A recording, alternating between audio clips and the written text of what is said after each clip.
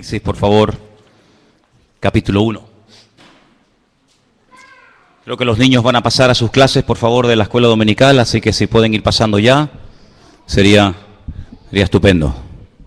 Los demás nos quedamos aquí y prestamos atención a la palabra de nuestro Dios. Leían esta semana una anécdota, un hecho verídico. Se cuenta la historia de un agricultor que se encontraba un día trabajando en el campo y de repente comienza a oír unos alaridos, unos gritos de socorro, pidiendo ayuda. Sale corriendo y se encuentra un crío, un chico joven, hundiéndose en el lodo, hundiéndose en el barro, imposible de salir de aquella situación. Y este hombre va y le salva la vida y lo saca. Y al día siguiente aparece por aquella propiedad, por aquella finca, el padre de ese niño. Vino no solamente a darle gracias, sino que además también vino para, de alguna manera, recompensar el detalle tremendo que había tenido este hombre de haber salvado la vida de su hijo. El agricultor no quiso aceptar en ningún momento ningún dinero, ningún tipo de recompensa, sino dijo, en absoluto, no hice esto por dinero, ni muchísimo menos, sino que incluso hasta lo volvería a hacer. Entonces este hombre le dice, bueno, pues permítame usted entonces pagarle los estudios a su hijo. Yo quiero pagarle una carrera y quiero que su hijo algún día pues saque una carrera y tenga unos estudios en la vida. El padre sí aceptó. Y cuenta la historia de que este niño fue a la escuela, se graduó, fue a la universidad, y hoy en día todos lo conocemos como el doctor Fleming, el doctor o el inventor o el creador de la penicilina. Pasaron los años y el hijo de este hombre que él había salvado cae enfermo. Y saben a quién llamaron, ¿verdad? Al doctor Fleming, que le salvó la vida. ¿Y saben quién era aquel niño que se estaba hundiendo, que por poco pierde la vida, que gracias a este Fleming pudo salvar la vida? Winston Churchill. ¿Qué les parece? Las vueltas que da la vida, ¿no? Las vueltas que da la vida. A veces hacemos cosas en la vida que no le damos como importancia, tanto en lo bueno como en lo malo. Decimos, eso no tiene importancia. Yo siempre digo que por encima de nosotros hay siempre un ojo que nos observa, un oído que nos oye y un Dios que lo sabe y lo conoce todo.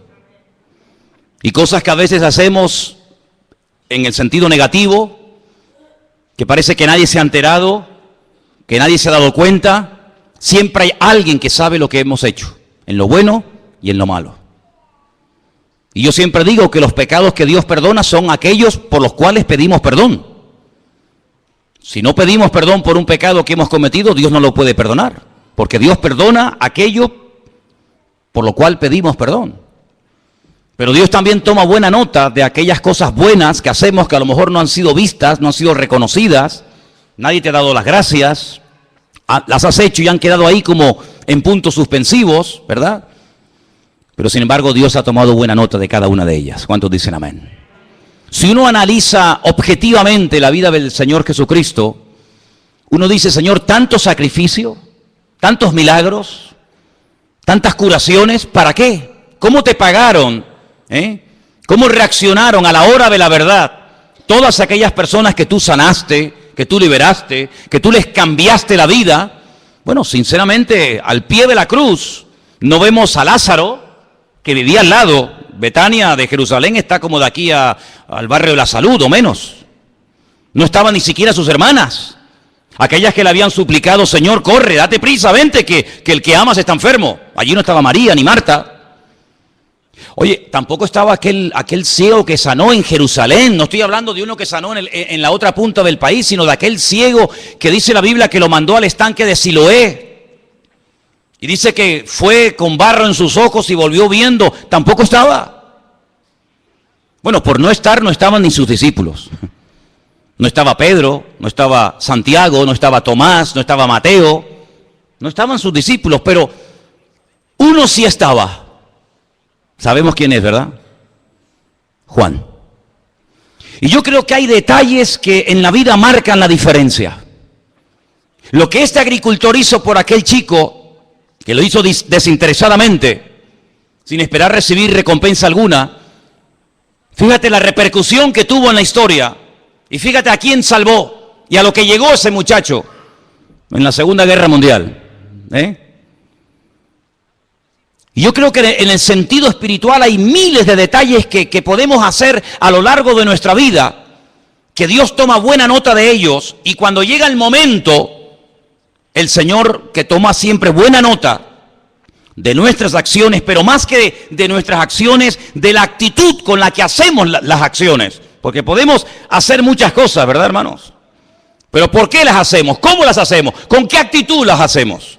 ¿Con qué actitud hemos ofrendado? ¿Con qué actitud hemos predicado? ¿Con qué actitud hemos hecho aquella obra? ¿Con qué actitud? Eso es lo que cuenta delante del Señor. Pues yo creo sinceramente que por el hecho de haber estado Juan al pie de la cruz, expuesto a que también le echaran mano y lo crucificaran a él, yo creo que el Señor lo recompensó, ¿sabes? No tengo un versículo que puedo utilizarlo como aval de lo que estoy diciendo, pero creo sinceramente que a veces hay detalles en la vida que hacemos para el Señor. Porque todo lo que hacemos en la vida, dice la Biblia, que tenemos que hacerlo no solamente en el nombre del Señor, sino para el Señor. ¿Cuántos dicen amén? No para ser visto, ni aplaudido, ni reconocido, sino para el Señor. Yo creo que por el hecho de haber estado Juan allí, también como no, jugándose la vida, allí al pie de la cruz, el Señor lo recompensó, dándole la revelación más grande que jamás ningún ser humano ha tenido acerca de él. Y me refiero al último libro de la Biblia, el libro del Apocalipsis. Todos los discípulos murieron como mártires, salvo Juan y Judas, que se ahorcó. Todos los demás tuvieron muertes terribles, terribles. Pero Juan murió de muerte natural. Juan murió con casi 100 años de edad.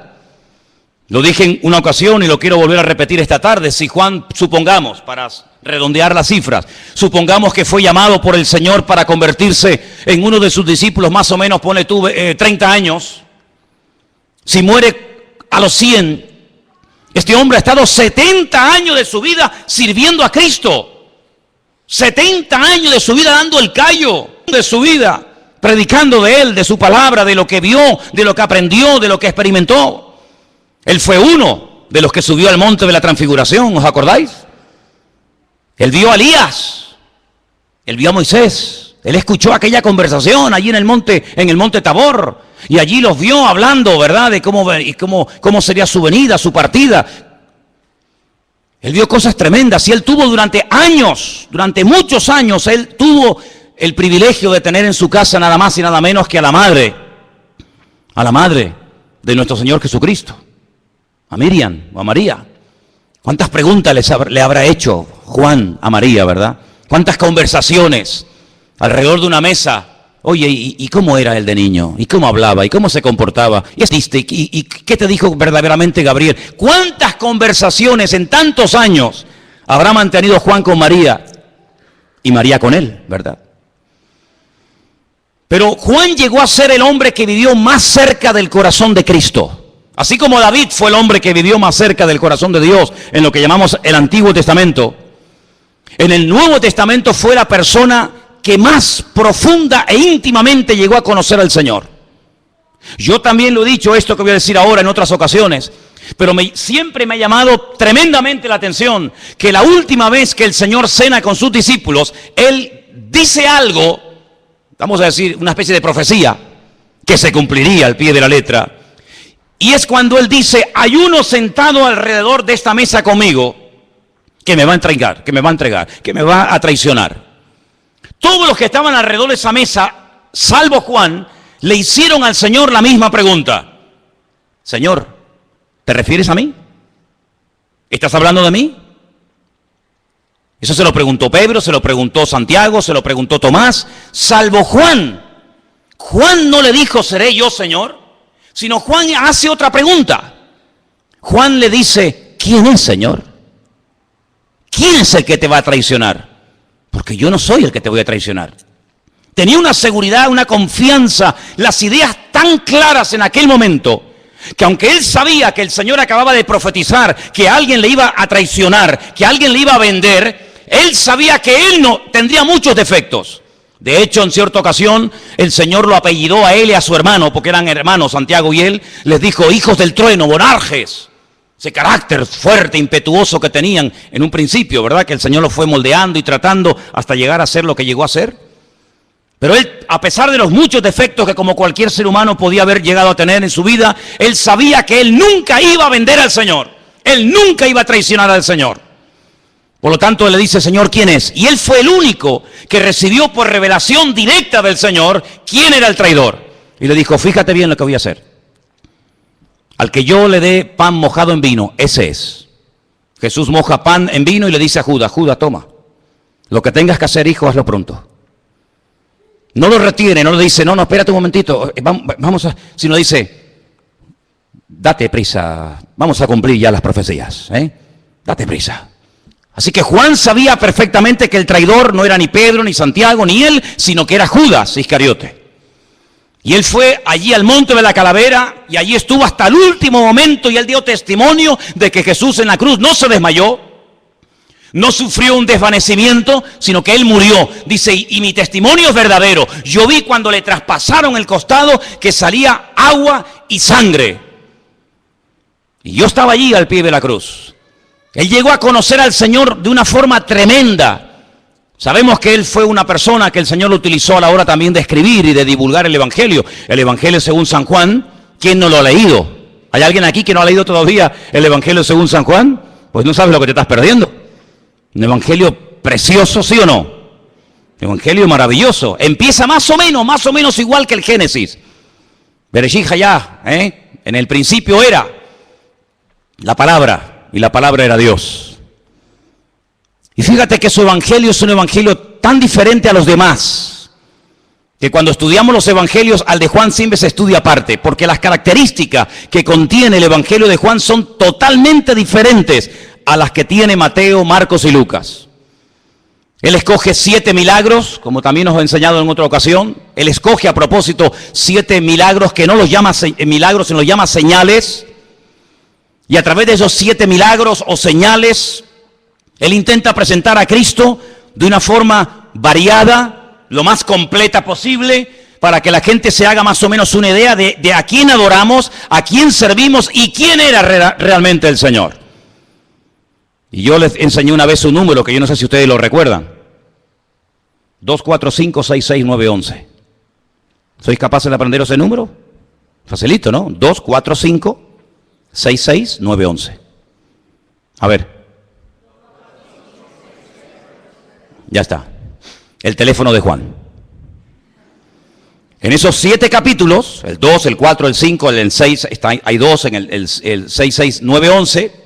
Encuentras esos 7 señales o milagros que él escoge a propósito para presentar a Cristo como si estuviéramos en esta tarde grabando el culto con 7 cámaras diferentes. Una en la izquierda, otra a la derecha, una atrás, una adelante, una arriba, una en diagonal. Cuando terminara la reunión, cuando terminara el culto, si pudiéramos ver en una pantalla todo lo que esas 7 cámaras grabaron, todas grabaron la verdad, todas grabaron el culto, pero desde diferente ángulo. Con una veríamos a unas personas, con otra veríamos a otros hermanos, con otra veríamos una perspectiva diferente a la otra, pero todas grabaron la verdad. Eso es lo que hace Juan. Él comienza su evangelio diciendo que el primer milagro de Cristo, y curiosamente el único que dice cuál fue el primer milagro de Cristo es Juan. Dice que convirtió agua en vino, pero no en un vino cualquiera, sino en un vino de calidad. Luego Él es el Señor de la calidad. ¿Cuántos dicen amén?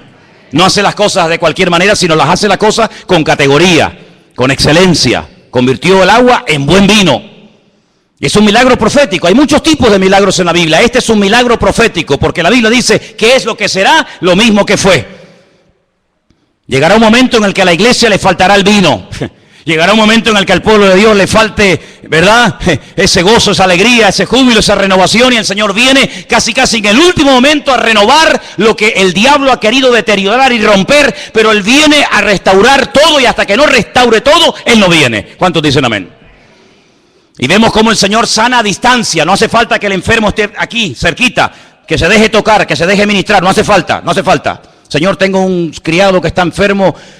Bueno, vamos, no hace falta. Di la palabra. Pues venga, va, tu criado está sano. Y cuando llega, la palabra llegó antes que él. Luego el Señor es el Señor del espacio, de la calidad, del espacio, pero también del tiempo. ¿Cuánto tiempo llevas aquí? 38 años. Venga, levántate, toma tu lecho y anda. Y haz en segundos lo que 38 años de espera absurda y ridícula en el estanque de Bethesda no hicieron. Señor de la calidad, de la cantidad, del espacio, del tiempo. En el capítulo 6 multiplica los panes y los peces, el Señor de la cantidad, camina por encima de las aguas, el Señor que domina la naturaleza. Vamos al capítulo 9, lo vemos sacando a Lázaro de la tumba, el Señor de la vida, del ciego, y finalmente en el capítulo 11 resucitando a Lázaro. Es decir, que es el evangelista que mejor y más ampliamente presenta al Señor. Y uno dice, después de haber estado 70 años sirviendo al Señor, después de haber estado predicando el Evangelio 70 años, ¿queda algo todavía por decir de Cristo? ¿Queda algo que por descubrir del Señor? Por supuesto, no te quepa la menor duda. Si hay alguien entre nosotros en esta tarde que piensa que por mucho tiempo que lleves en la iglesia, por mucho tiempo que lleves convertido, ya lo sabes todo, te equivocas. Aún estamos en pañales.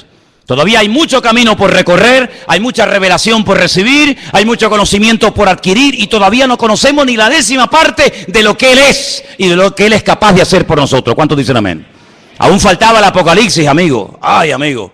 Si te quedas sorprendido con los 7 señales o milagros de San Juan, cuando te vas al Apocalipsis, ahí te pierdes. Allí dice, Dios mío, qué grande tú eres. Por ejemplo, en el capítulo 1 hemos leído esta tarde que el Señor se presenta y le dice, por ejemplo, en el versículo, vamos a leer si queréis a partir del versículo 4. Juan escribe un mensaje a 7 iglesias que están en Asia Menor. Y lo primero que les dice es, del que era, o del que es, del que era y del que ha de venir. Y aquí hay un juego de palabras que no se aprecia en español, pero él juega con el verbo ser.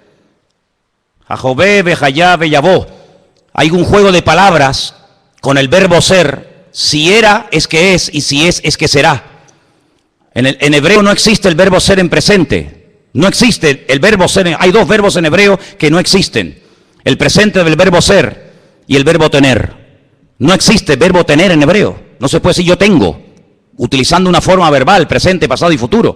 Sino que se emplean letras para convertir esas letras en pasado, en presente, en futuro o en algo temporal, porque lo que yo tengo es algo transitorio. ¿Qué tienes tú? Un coche, mañana te lo pueden quitar o robar. ¿Qué tienes tú? Una casa, mañana se puede quemar. Luego, el tener es algo tan absurdo, sin embargo, nos apropiamos de lo que creemos que somos y de lo que creemos que tenemos, y ni somos ni tenemos, porque el único que es y el único que tiene es el Rey de Reyes y el Señor de los Señores. No hay nadie más que Él. Pero cuando Él se presenta en el libro de Apocalipsis, dice, es que yo era. Y hay un momento en su ministerio que Él dice, yo era antes de Abraham. Y le dicen, pero si tú no tienes ni 40 años. ¿Cómo que tú eres antes que Abraham? Claro, ¿con quién te crees que caminaba y hablaba Abraham? ¿Quién te crees que se presentó en la casa de Abraham y le dijo, el año que viene vas a ser padre y tu mujer va a dar a luz? ¿Quién te crees que fue a decírselo? ¿Quién te crees que fue? Adoní, mi Señor. Abraham no se postraba ante nadie ni ante nada. Abraham era monoteísta, Abraham adoraba al Dios único y verdadero. Dice, cuando lo vio, salió corriendo, se postró ante él y lo llamó Adoní, mi Señor. Qué honor tan grande recibir a mi Señor en casa. Y entonces el Señor le comunica la próxima destrucción de Sodoma y Gomorra. ¿Con quién te crees que hablaba David? ¿Con quién te crees que hablaban los profetas del Antiguo Testamento? ¿Con quién te crees que hablaba Isaías y recibía revelación cuando relató su crucifixión? Es como si el Señor le dijera, mira, apunta ahí, escribe. Y le corre el velo del futuro y le dice, escribe cómo voy a ser crucificado, humillado, maltratado, crucificado, muerto, resucitado. Escríbelo. Es decir, Él ya era antes del principio de los tiempos, antes de Génesis 1 ya Él existía, porque Él es eterno. ¿Cuántos dicen amén? Como hombre, como persona, su naturaleza humana tuvo un principio, evidentemente. Pero como Dios, a Dios no lo ha creado nadie. En el principio era el Verbo y el Verbo era Dios. Por lo tanto, Él es eterno. En el principio creó Dios los cielos y la tierra, pero ¿quién creó? Dios o Jesucristo. ¿Quién fue? ¿Uno u otro? Él mismo. Elohim, el único nombre de Dios que está en plural. El único nombre que está en plural. La traducción literal sería dioses. En el principio los dioses crearon los cielos y la tierra. Y decimos, ¿cómo que los dioses? ¿Cuántos hay? Hay uno, pero ese Dios es plural. Ese Dios se manifiesta a veces como padre, a veces se presenta como hijo, claro, pero no hay ningún problema en ello, que yo soy padre, ahora mismo yo soy padre y al mismo tiempo soy hijo. No tengo que desdoblarme, no tengo que dejar mi naturaleza de padre para convertirme en hijo o dejar de ser hijo. No, soy al mismo tiempo padre, hijo, marido, pastor, amigo, lo que tú quieras. Y Él se presenta a veces como hijo, a veces se presenta como Dios. No hay ningún problema en ello, no hay ningún problema. Además, si Dios no pudiera humanarse, si el Señor no pudiera encarnarse, entonces no es todopoderoso. Está limitado, quiero pero no puedo. Pero Dios puede hacer lo que quiera, porque Él es el Dios todopoderoso, arriba en el cielo y abajo en la tierra. No hay ninguna limitación para Él. ¿Cuántos dicen amén? Por lo tanto, amados hermanos, cuando Juan comienza a recibir aquella revelación, se da cuenta de que aquel que estuvo con ellos durante 3 años caminando, multiplicando los panes y los peces, caminando por encima de las aguas, era Dios en carne y hueso. Y por eso al final del ministerio dice que todos se postran y lo adoran. Nunca lo habían hecho, pero ese día sí, lo adoraron. Y después de haberle adorado, volvieron a Jerusalén con gran gozo, dice la palabra, ¿verdad? La pregunta es, ¿tú tienes claro quién era Él? Porque hay algunos que no sé, ¿tienes claro quién era Jesucristo? Un gran sanador, un gran médico, un gran orador, pero aparte de eso, ¿quién era verdaderamente el Señor? Era Emmanuel, era Dios con nosotros. Se metió en un frasco, se limitó, claro, en espacio y en tiempo, como todos los seres humanos, pero por encima de eso, nunca perdió su capacidad es divina. Es más, cuando un día viene una persona que no se habían visto teóricamente nunca en la vida, Jesús dice, chicos, escúcheme bien, mira, ahí viene un verdadero israelita. Y Natanael le dice, Señor, pero si tú a mí nunca me has visto, si no nos conocemos, dice que no, yo te vi a ti el otro día cuando estaba debajo de la higuera.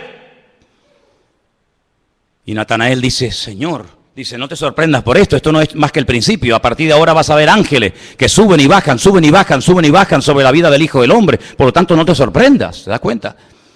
Así que, amados hermanos, lo vemos a Él, sí, limitado en espacio y en tiempo, pero lo vemos a Él que Él no es controlado por nada ni por nadie. Él es capaz de hacer milagros creativos, de crear de la nada cosas que no existen, de multiplicar los panes y los peces, de caminar por encima de las aguas.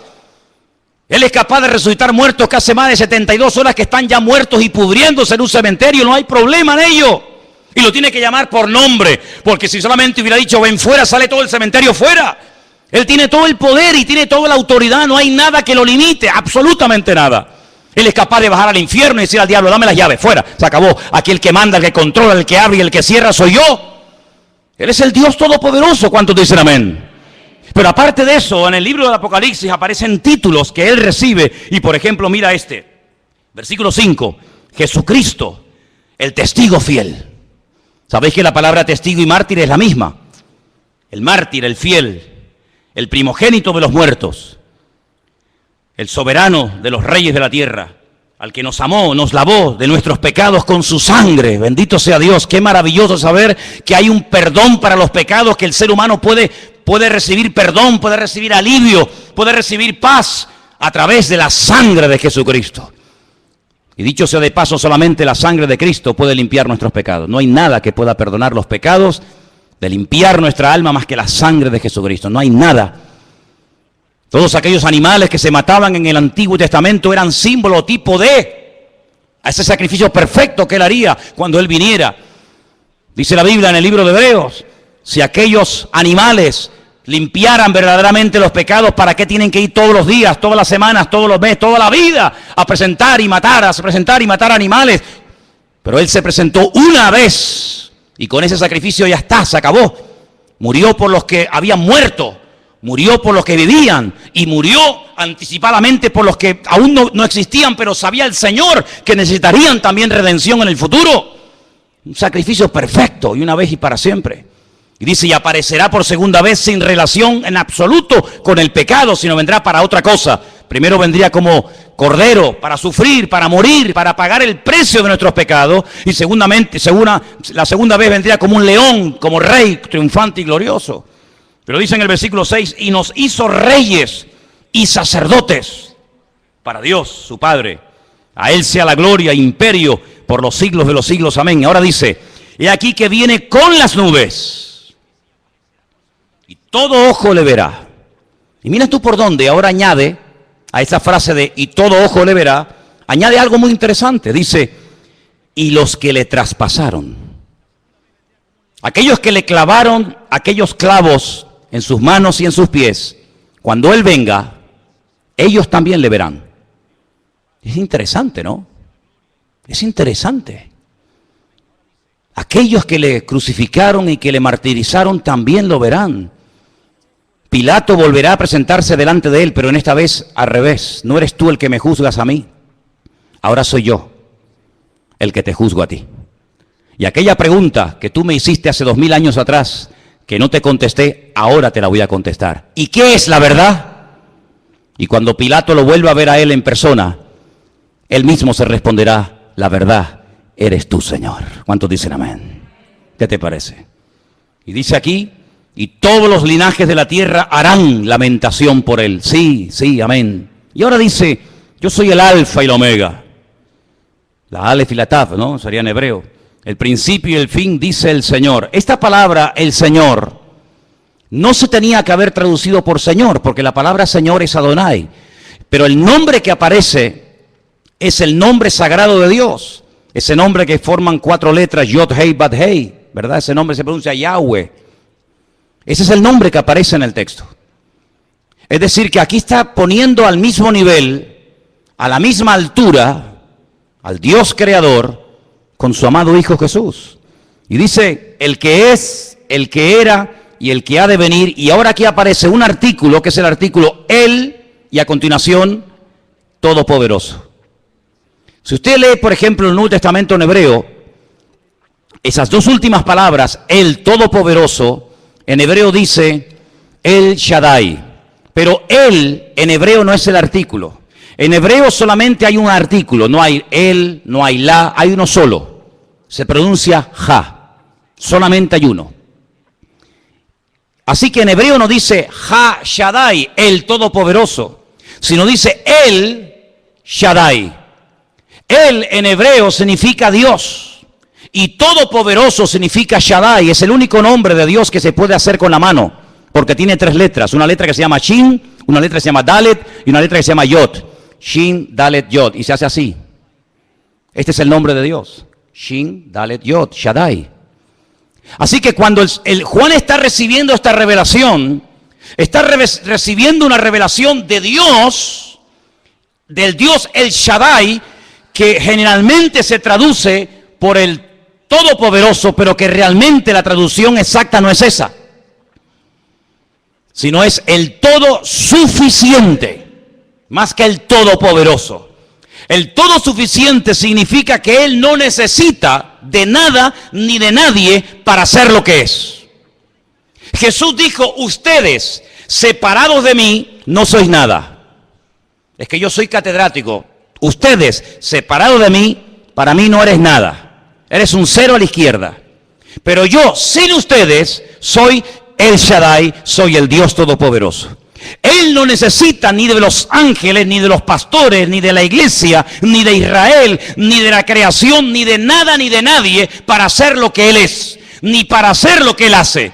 Porque Él es todo suficiente. Él no necesita materia prima para crear. Él es capaz de crear con el poder de su palabra. ¿Cuántos dicen amén? Es interesante que cuando Él crea al hombre, lo crea lo más parecido a lo que Él era. Pero hay atributos intrínsecos de Dios que no los transmite al hombre. Hay cosas que son de la naturaleza divina que nunca formaron parte de la naturaleza del hombre, en este caso de Adán. Y es el poder creativo. Dios no se lo confirió, Dios no le permitió al hombre tener poder con la palabra. Pero Dios sí, Dios crea con la palabra, sea la luz. Y la luz se produce. Esas palabras que Dios pronunciaba se cristalizaban, se materializaban, se hacían realidad cuando Dios las pronunciaba. Pero esa palabra que Dios pronunciaba se terminó escribiendo. Así que no solamente Dios hablaba y la palabra se materializaba, sino que esa palabra Dios permitió que se escribiera. Y nosotros tenemos en nuestras Biblias docenas, cientos, miles de conversaciones, de expresiones, de palabras que Dios proclamó, pero que ahora las tenemos por escrito. Es decir, si la palabra cuando salía de los labios de Dios tenía y tiene poder, amén, no mengua el poder de Dios porque esa palabra ahora se ha escrito y se ha llevado a una imprenta y se ha puesto en papel y tinta. Contiene exactamente el mismo poder que tenía y tendrá siempre. Lo cual quiere decir que si en un momento de necesidad, de enfermedad, de problemas, de crisis, de angustia o de lo que sea, nosotros como pueblo de Dios nos encontramos en una situación difícil, crítica, podemos echar mano a un poder que es el poder más grande que existe sobre la faz de la tierra, y es el poder de la palabra de nuestro Dios. Jesús nos da un ejemplo cuando Él se va al desierto voluntariamente y está allí 40 días permitiéndole al diablo tentarlo.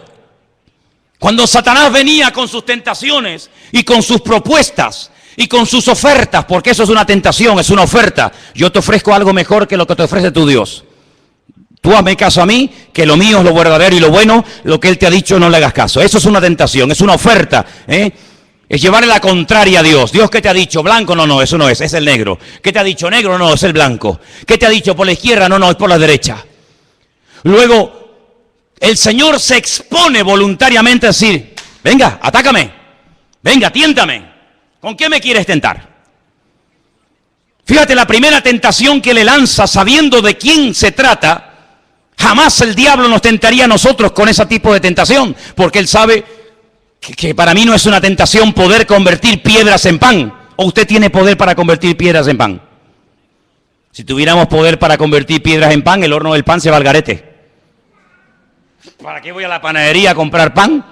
Si yo digo, a ver, tráeme un par de piedras, a ver, oramos, panes, ¿qué quieren? ¿De barra? ¿Baguette? ¿Cómo la quieren? ¿Redondita? Para nosotros no es una tentación, pero para él sí lo era. Porque el diablo, que no es tonto, sabía que el Señor tenía hambre.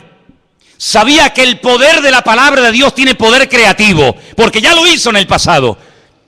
Y como en él no hay sombra de variación, si él fue capaz de crear con el poder de su palabra, ahora lo puede volver a hacer. Por eso, convierte las piedras en pan y demuestra de esa manera que tú eres quien dices que eres.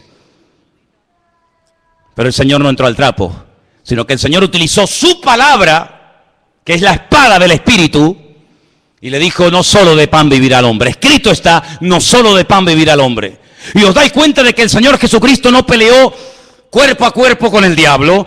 El Señor Jesucristo no entró en discusiones porque tú dijiste, porque yo te dije. No, sino echa mano del poder más grande delegado en este mundo, que es el poder de la palabra de Dios. Luego, lo que tú llevas en tu mano, en tu bolso, en la guantera de tu coche, lo que tú tienes encima en este momento es dinamita, mi hermano. Es un poder impresionante que el diablo lo conoce y lo sabe más que tú. Por eso lo que tenemos que hacer a partir de ahora, cuando vengan tentaciones, cuando vengan dificultades, búscate el versículo clave, claro, que no te venga el diablo con una tentación y le responde diciendo, Jesús lloró. No, porque eso no pega ni con cola, hijo. ¿Me entiendes? Sino tienes que conocer la palabra y echar mano del tesoro de tu corazón. Y decir, un momento, amigo, que hay un texto que viene ahora de perla, y entonces sacas el texto idóneo y rácata, le pegas al diablo y lo desbarata. ¿Por qué? Porque el poder de la palabra está en ella. ¿Cuántos dicen amén? Qué tremendo, ¿no? Qué tremendo. No me ha dado poder creativo a mi palabra, pero como su palabra mora en mí, cuando su palabra sale de mí como instrumento, tiene el mismo efecto y la misma repercusión en el mundo natural y en el mundo espiritual que en la época del Señor, que en la época del Antiguo Testamento, porque su palabra no ha cambiado. El cielo y la tierra pasarán, pero su palabra siempre permanecerá. Apláudale fuerte al Señor en esta tarde, hermano. La palabra de Dios tiene poder. ¡Aleluya! Es la espada de doble filo. La espada de doble filo. ¿Con qué le cortó la cabeza Goliat o David a Goliat? ¿Con qué se la cortó? Con la espada. Lo hirió con la piedra, pero lo mató.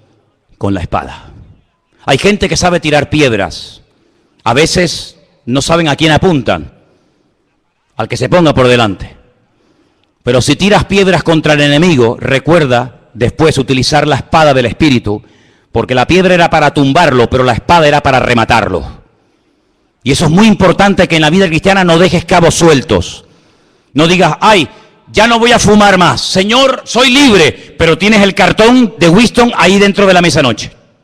Le has pegado una pedrada, te sientes fuerte, estás eufórico, hoy estás subidito de fe, vas por la vida sacando las plumas del pavo real y sales del culto que me voy a comer. Sí, pero allí tienes en el cartón lo tienes allí en la mesa noche, y llega un día, un bajón, te critican, te sale mal el negocio, no te salieron las cosas como tú esperabas, y entonces dices, bueno, total, una vez el Señor sabe, y ahí lo tienes. ¿Por qué? Porque hay que utilizar la espada y rematar la faena.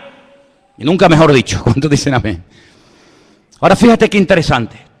El Todopoderoso, ese Dios todopoderoso, todo suficiente, que no necesita de nada ni de nadie, se humilla y se rebaja de tal manera que llega a pedir oración a los que él creía que eran los más espirituales del grupo. Pedro, Jacobo, Juan, ¿podéis orar por mí esta noche?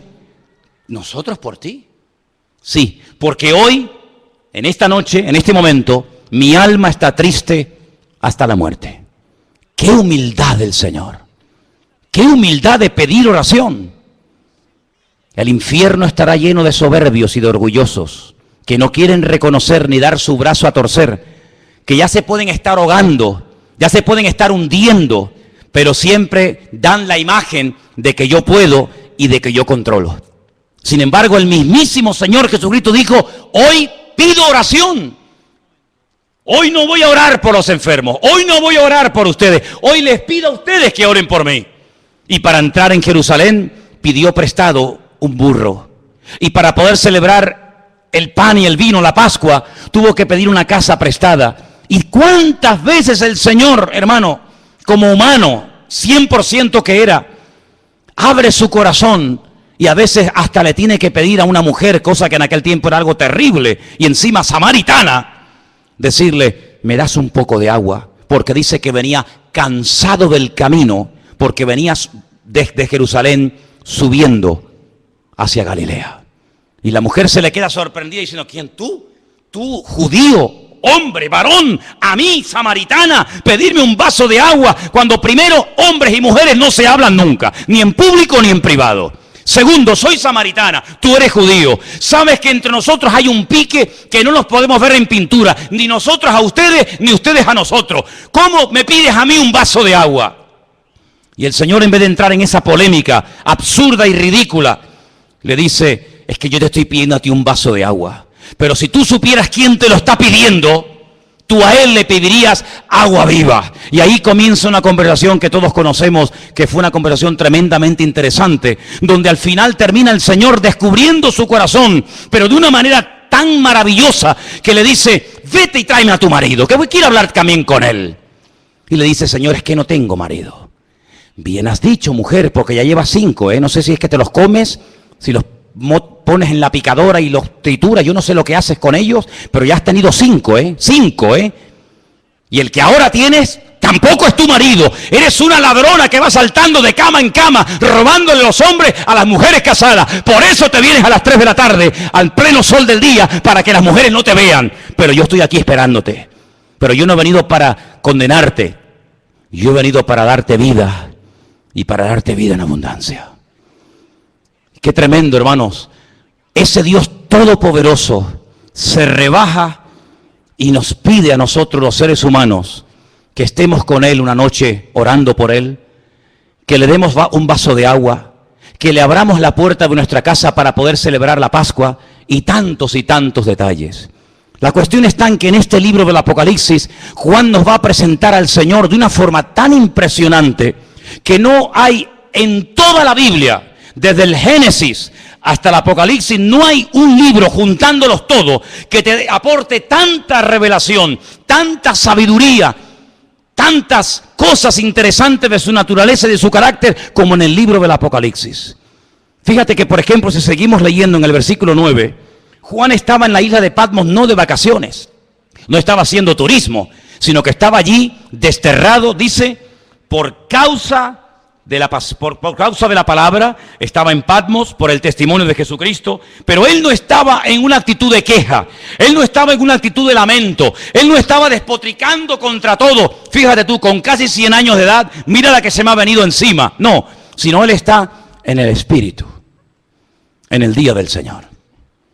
Como tenemos que estar todos y cada uno de nosotros, en el Espíritu, conectados con Él.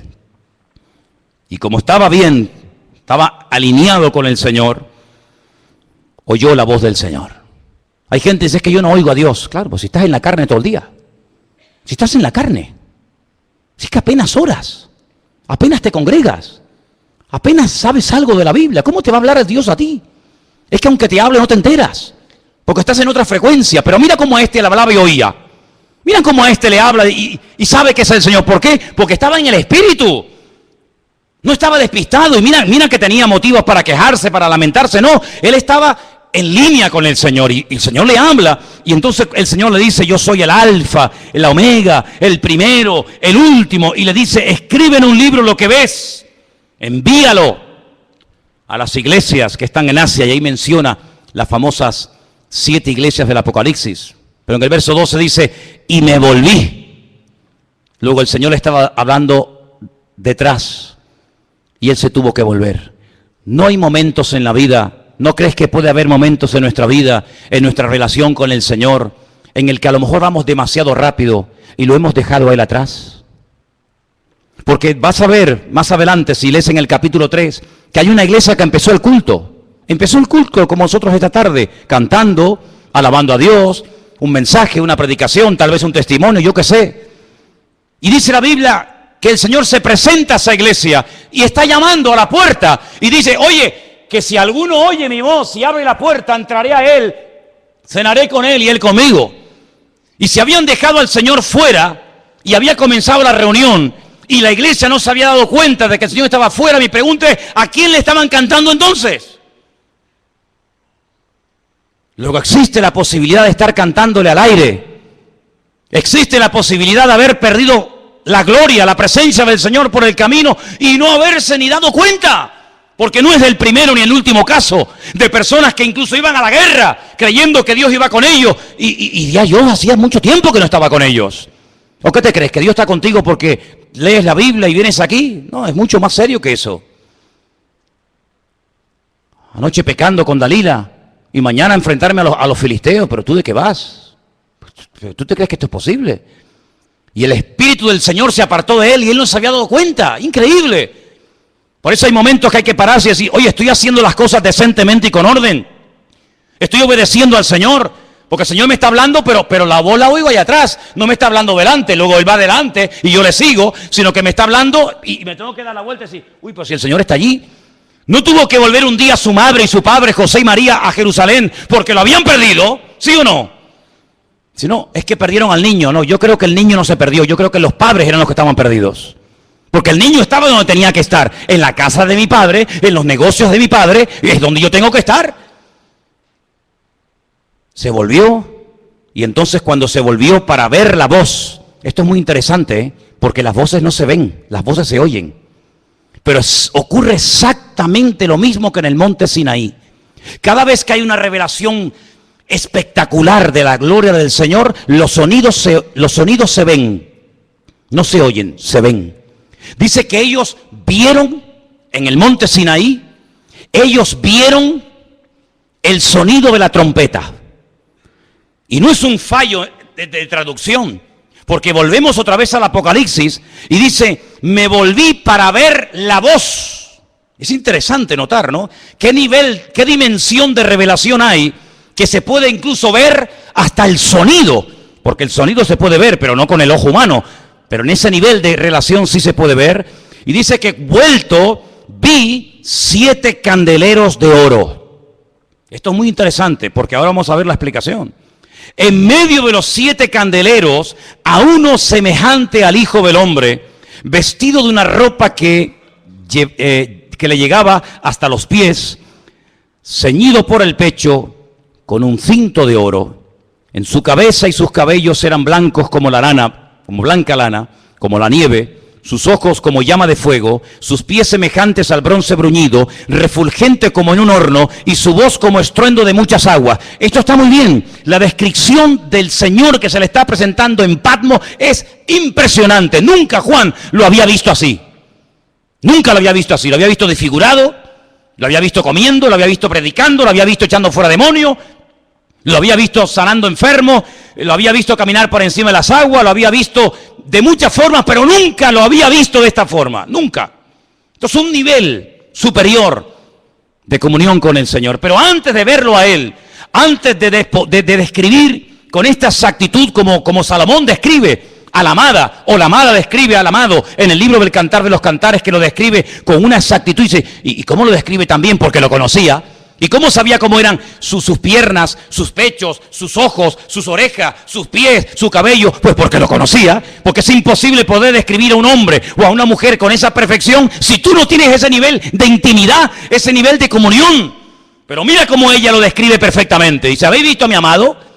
A mi amado, ¿de tu amado? ¿Y quién es tu amado? Dice, mi amado en un grupo de 10.000 destaca por encima de los demás y dice, porque mi amado es, y comienza a describirlo con una perfección tremenda. Pero ¿cómo lo conoce también? Amigo, porque cuando uno tiene comunión con el Señor, uno descubre el corazón de Dios, sabes cómo habla, cómo se mueve, qué le gusta, qué no le gusta, igual que en un matrimonio. Pero antes de verlo así y de describirlo, lo que ve son 7 candeleros.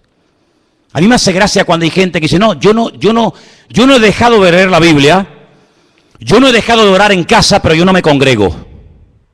Entonces, ¿tú qué te estás inventando una Biblia a tu manera? ¿Un cristianismo paralelo? Porque lo primero que tuvo que ver Juan es a las iglesias. ¿Pero a cuáles? ¿Las más bonitas? ¿Las perfectas? No. Las iglesias donde había falsas profecías. Las iglesias donde había falsas doctrinas. Las iglesias donde había discrepancias los unos contra los otros. Las iglesias que decían, nos hemos enriquecido, de ninguna cosa tenemos necesidad. Y el Señor dice, ¿que no tenéis necesidad de nada? Si sois pobres, ciegos, desnudos y venturados, que no sabéis nada. Primero tienes que ver a mi pueblo, a mi cuerpo, a mis hijos, para después verme a mí. Hay muchos que quieren solamente tener una comunión con Él, pero dice la Biblia que si alguno dice que ama a Dios y aborrece a su hermano, tú eres un mentiroso. Y te lo digo así en la cara, tú eres un mentiroso. ¿Usted ama a Dios y no puedes ver a este en pintura? ¿Y no puedes ver a esta en pintura y cuando viene por aquí te haces el loco y vas por la otra calle para que no te vea? Usted es un mentiroso según la palabra de Dios. Porque dice que el que dice que ama a Dios y aborrece a su hermano es un homicida y es un mentiroso. ¿Por dónde empieza el amor a Dios? Si usted nunca ha visto a Dios, ¿sabe cómo es Dios? Usted nunca ha visto a Dios, nunca lo ha visto. Usted nunca ha oído la voz audible de Dios. Pero ¿dónde comienzo a descubrir a Dios? ¿Dónde comienzo a conocer al Señor? En el pueblo de Dios. Y cuando uno ve al pueblo de Dios, uno dice, pero Señor, es que tu pueblo no es perfecto. Claro, pero cuando tú conoces al pueblo de Dios, ¿sabes de quién te enamoras? ¿De quién? Cuando tú ves a los hermanos, cuando tú ves al pueblo de Dios, cuando tú ves el estado de las iglesias, ¿de quién te enamoras? Algunos dicen de los hermanos, ¿sí? No me digas, qué espiritual. Cuando yo veo a los hermanos y veo las iglesias y veo las congregaciones, yo me enamoro de Dios. Porque yo digo, qué grande eres tú, Señor. Que con lo malo que somos, con lo envidiosos y orgullosos y esto que somos, qué grande eres tú, Señor, para amar a este pueblo en el cual yo me siento parte, porque es imposible que si no es por un amor sobrenatural, es imposible que Dios nos ame, porque el que nosotros le amemos a Él es lógico y normal, lo decía anoche. ¿Quién no se va a enamorar de un Dios que cuando estás enfermo te sana? ¿Quién no se va a enamorar de un Dios que cuando caes te levantas? ¿Quién no se va a enamorar de un Dios que cuando te sientes solo te hace compañía? Es normal, pero ¿quién se va a enamorar de un pueblo como nosotros? Solamente Él. ¿Por qué? Porque Dios es amor. Dale ese fuerte aplauso al Señor en esta tarde, aleluya. Por eso cuando te veo a ti, me enamoro de Dios, aleluya. Bendito sea Dios.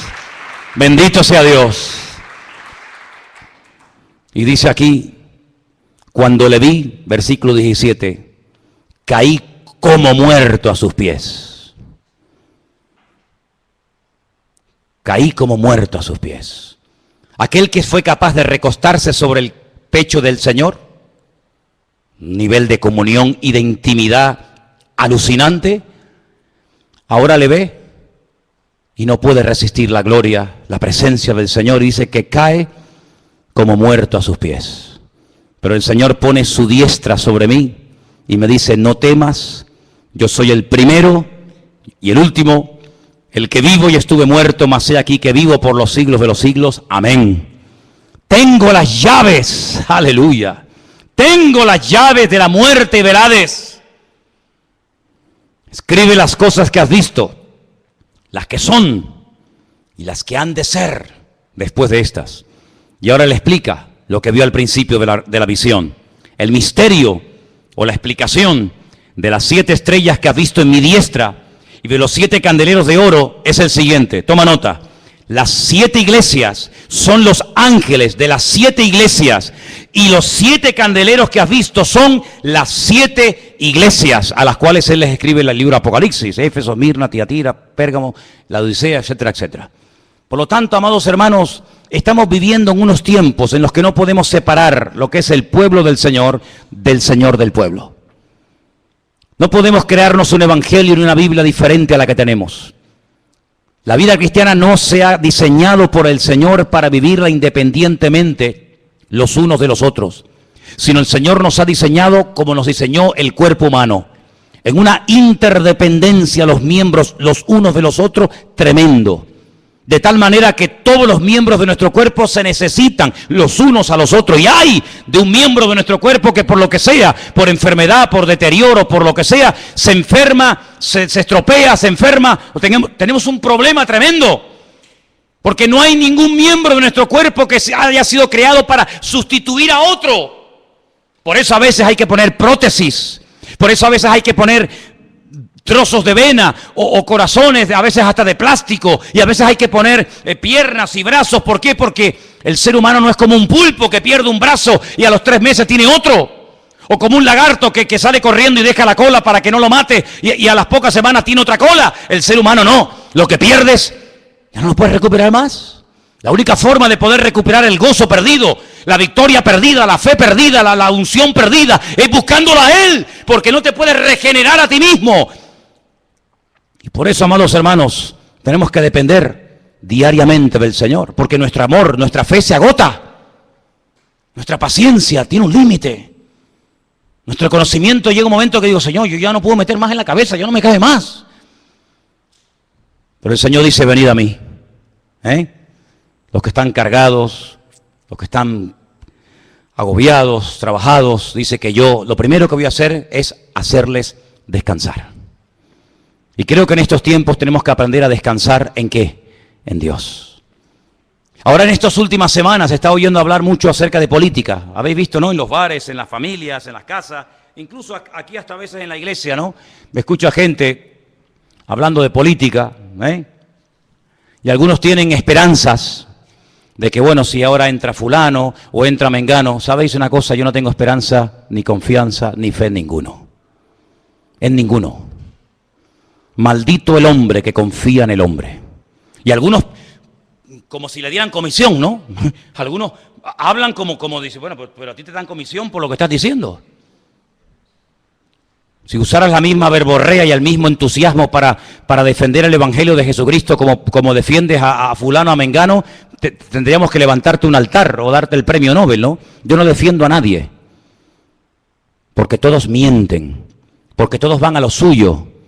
Y porque al único que tenemos que adorar, honrar y agarrarnos fielmente, porque ese sí que promete y cumple, ese sí que promete y cumple, es el Señor de señores y el Rey de reyes. Y tenemos que partir de la base que la historia, quien la controla no es tú ni yo. La historia, las naciones, los pueblos, quien quita, quien pone, es el Eterno, el Señor. ¿Quién puso a Faraón en Egipto? Dime. Puso a un faraón bueno y allí se iban todos. Y puso un faraón malo, ¿sí o no? Y hay momentos que hay que ir a Egipto y momentos que hay que salir de Egipto. Amigo, ¿quién levantó a Nabucodonosor? ¿Quién levantó a las autoridades del pasado, del presente y del futuro? ¿Quién es el que quita, el que pone, el que cierra y el que abra? ¿Quién? Dios. Dios es el que quita y el que pone. Y nuestra obligación, hermanos, es orar para que la voluntad de Dios se haga. Y si tiene que entrar fulano, o salir mengano, o entrar este, o entrar el otro, a mí me da igual. Porque yo sé en quién he creído. Y yo sé que a veces, para que el pueblo de Dios se acerque más al Señor, se tienen que poner las cosas difíciles. Tenemos la tendencia, los cristianos europeos, tenemos la tendencia, las iglesias de Europa, de esta parte del mundo, de orar para que no vengan cosas malas, de orar para que no venga persecución, de orar para que todo vaya mejor, de orar para que entre el mejor, el más no sé qué. No me digas. Y sin embargo tú analizas cómo está el nivel de la iglesia en otras partes del mundo y le ha pasado por encima a la iglesia de Europa. Países donde hay guerras, persecuciones, matanzas, crucifixiones, hermanos degollados. Y sin embargo no dejan de orar y de buscar al Señor. He estado en lugares donde no hay la libertad que tenemos aquí, bueno, la supuesta libertad que tenemos aquí. Y sin embargo he visto un nivel de fe y de crecimiento y de madurez mucho más elevado que el que tenemos aquí con toda la famosa democracia y con todas las historias. Por lo tanto, amados hermanos, al que tenemos que buscar es al Señor. Buscarlo a Él, que se haga la voluntad de Dios. Y si Dios tiene que levantar a un Nerón, que lo ponga el Señor. Y si Dios tiene que quitarlo, pues que lo quite. Y si Dios tiene que levantar a un Ciro, como levantó en el Antiguo Testamento a un rey pagano, para financiar la obra de Dios, pues que lo levante. Así que, amados hermanos, pongamos la confianza en el Cristo resucitado, porque Él no está muerto, Él está vivo.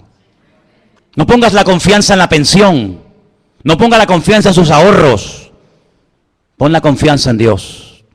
Porque muchos en este país pusieron su confianza en sus ahorros, en su plan de pensión, y mira cómo están, gritando, desesperados por las calles, pidiéndole al hombre que le devuelva lo que el hombre le quitó. Pero lo que Dios te da, nadie te lo puede quitar. Mira la jubilación de Juan, mira la jubilación de nuestro hermano Juan, 100 añitos, 100 años, solito en la isla de Patmos, pero teniendo las revelaciones más espectaculares que ni Daniel, ni Jeremías, ni nadie en la Biblia tuvo las revelaciones que él tuvo. ¿Por qué? Porque estaba en el Espíritu en el día del Señor.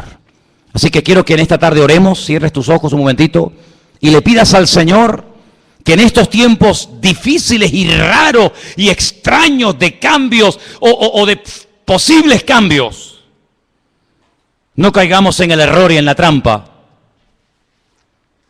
de poner la confianza en los hombres. Porque muchos de los que pusieron su confianza en los hombres se llevaron tremendas desilusiones.